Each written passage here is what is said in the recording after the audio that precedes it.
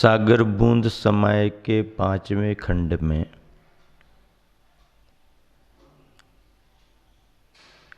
गुरुवर आचार्य श्री के बोध वाक्यों के द्वारा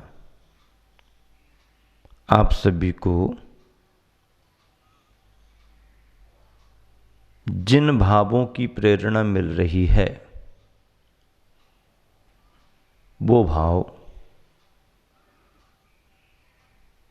सार्वजनिक हैं और सार्वकालिक हैं।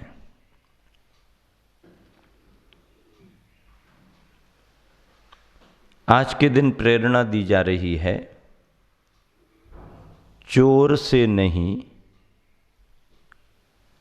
चौर्य भाव से नफरत करो। घृणा पापी से नहीं, पाप से करना चाहिए। बहुत अच्छी बात है। चोर से घृणा करना कोई बड़ी बात नहीं है। घृणा तो सही और असलियत में चोरी के भाव से होनी चाहिए।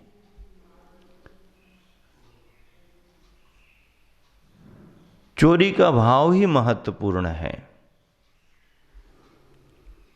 चोर से घृणा करने से कोई विशेष लाभ नहीं है।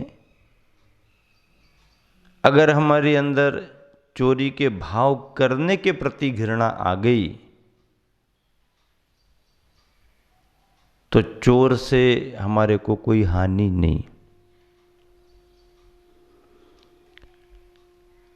अगर यदि चोरी के भाव से घृणा नहीं हुई और केवल चोर से घृणा करते रहे तो दोष तो हमारा हमारे अंदर रहा आया और दोषी से हम द्वेष करते रहे।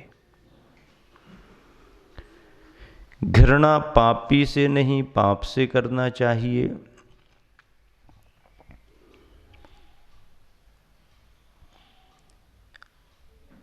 दोष कारक तो पाप है, इसलिए दोष के प्रति नफरत होनी चाहिए। द्वेष पाप से घृणा होनी चाहिए। लेकिन अक्सर करके लोग पापियों से ही घृणा करते हैं, पाप से नहीं।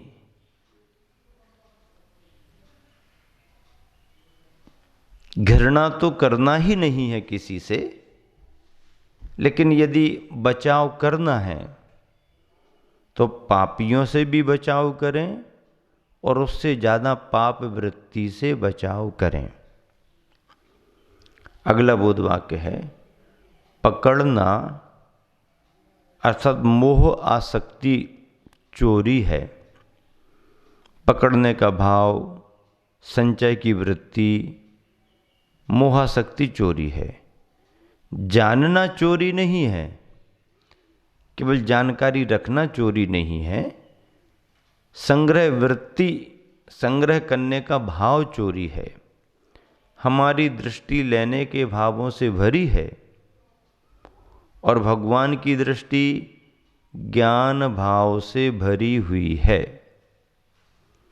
हमारी दृष्टि लेने के भावों से भरी है और भगवान की दृष्टि ज्ञान भाव से भरी हुई है।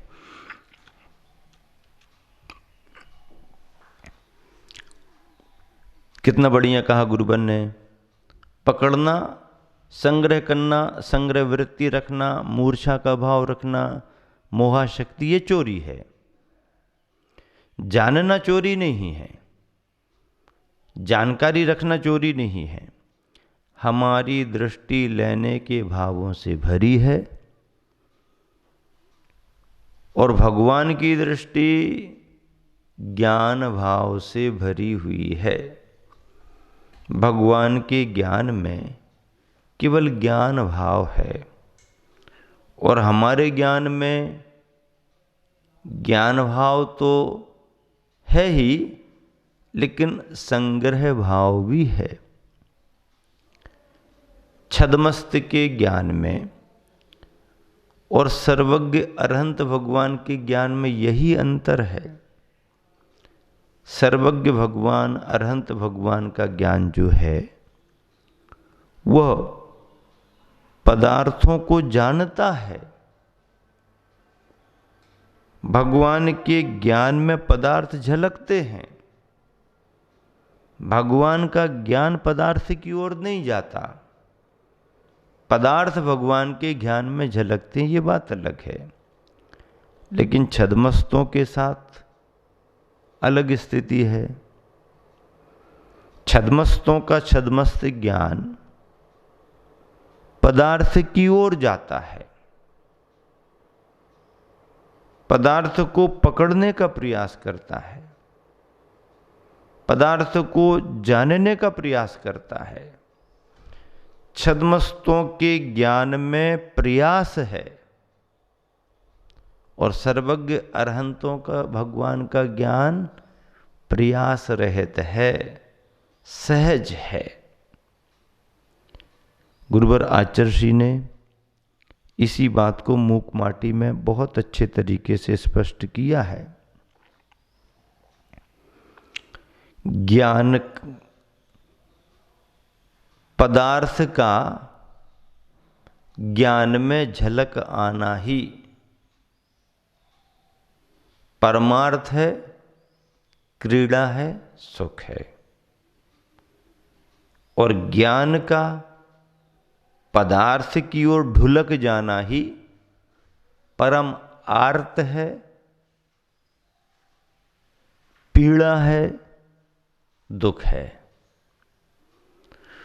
पदार्थ ज्ञान में आ रहा है, आने दो, उससे कोई भी बाधा नहीं। पदार्थ ज्ञेय है, ज्ञेय ज्ञान का विषय बनता है। भगवान का ज्ञान परिपूर्ण है, शुद्ध है, उस ज्ञान में ज्ञेय झलकेगा ही झलकेगा। तो पदार्थ का ज्ञान में झलक जाना ही परमार्थ है, क्रीड़ा है, सुख है। और ज्ञान का पदार्थ की ओर ढुलक जाना ही परम आर्त है, पीड़ा है, दुख है।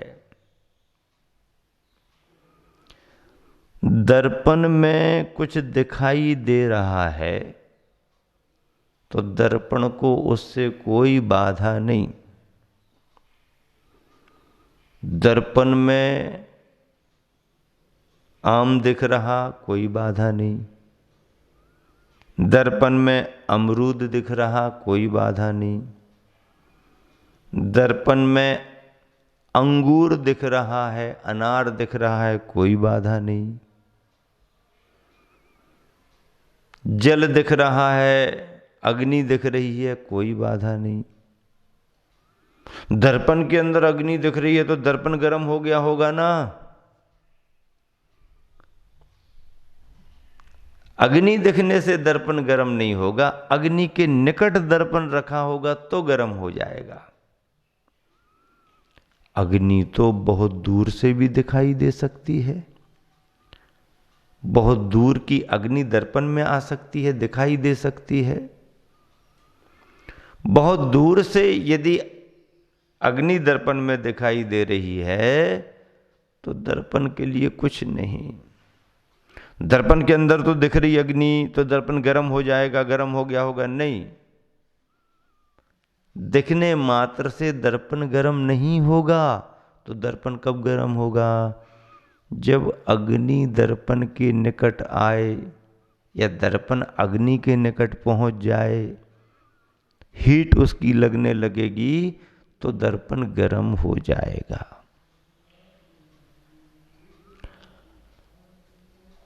ठीक ऐसे ही भगवान के ज्ञान में चाहे स्वर्ग झलक जाए, चाहे नरक झलक जाए।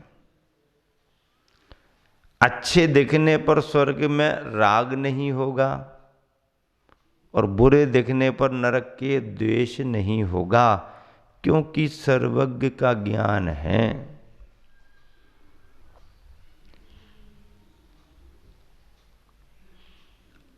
मयूर यदि नृत्य कर रहा है दर्पण के सामने, तो मयूर के अंदर दर्पण के अंदर मयूर तो दिखेगा, लेकिन दर्पण मयूरमय नहीं हो जाएगा, वो तो दर्पण के रूप में रहेगा। सर्वज्ञ भगवान का ज्ञान द्रव्य और पदार्थों के तरह तरह के परिणमन, कैसे भी परिणमन हो, सब ज्ञान में झलकते रहेंगे, पर द्रव्य में कोई विकार नहीं आता, क्योंकि द्रव्य शुद्ध है, ज्ञान शुद्ध हो चुका है। लेकिन छद्मस्त जो हैं, उन छद्मस्तों का ज्ञान ज्ञेय से प्रभावित हो जाता है, राग द्वेष की संभावना बढ़ जाती है। इसलिए हमारी दृष्टि लेने के भाव से भरी है और भगवान की दृष्टि ज्ञान भाव से भरी हुई है। भगवान की दृष्टि कैसी है? ज्ञान भाव से भरी हुई, ज्ञान भाव से भरी। सकल गेय ज्ञायक तदपि, सकल गेय ज्ञायक तदपि निजानंद रसलीन। निजानंद रसलीन, सकल गेय ज्ञायक तदपि। अच्छा, वाह भाई वाह। संपूर्ण गेय के ज्ञायक होकर भी, यानी ज्ञाता होकर भी, संपूर्ण गेय पदार्थों के ज्ञायक अर्थात ज्ञाता होकर भी जो अपने यानी निज आनंद के रस में लीन रहते हैं, संपूर्ण गेयों के तो ज्ञाता हैं, लेकिन किस आनंद के रस में लीन रहते हैं? तो निजानंद रस लीन, निज आनंद के रस में लीन रहते हैं। ऐसे कौन है वो? सो जिनेन्द्र, वे जिनेन्द्र अरहंत भगवान हैं। सो जयवंत हो नित। क्यों? अरि रज रहस विहीन। अरि रज रहस इन सबसे रहित हैं, विहीन हैं, चार घातीय कर्मों से रहित हैं। ऐसे सर्वज्ञ अरहंत भगवान का ज्ञान संपूर्ण पदार्थों को जान करके भी अपने आनंद के रस में ही लीन रहता है। इसी को कहा है कि भगवान की दृष्टि ज्ञान भाव से भरी हुई है। अगला बोध वाक्य, मृत्यु जीवन का अंत नहीं है। मृत्यु जीवन का अंत नहीं है। मरण जीवन का अंत हो सकता क्या? नहीं। मरण होता है तो उससे जन्म जुड़ेगा ही जुड़ेगा, और जन्म हुआ है तो वो जन्म मरण से जुड़ेगा ही जुड़ेगा। अब जन्म मरण ये रहेगा तो क्या करें? जन्म और मरण के संस्कार को तोड़ने के लिए जन्म और मरण के बीच में समाधि मरण आता है, समाधि की बात आती है।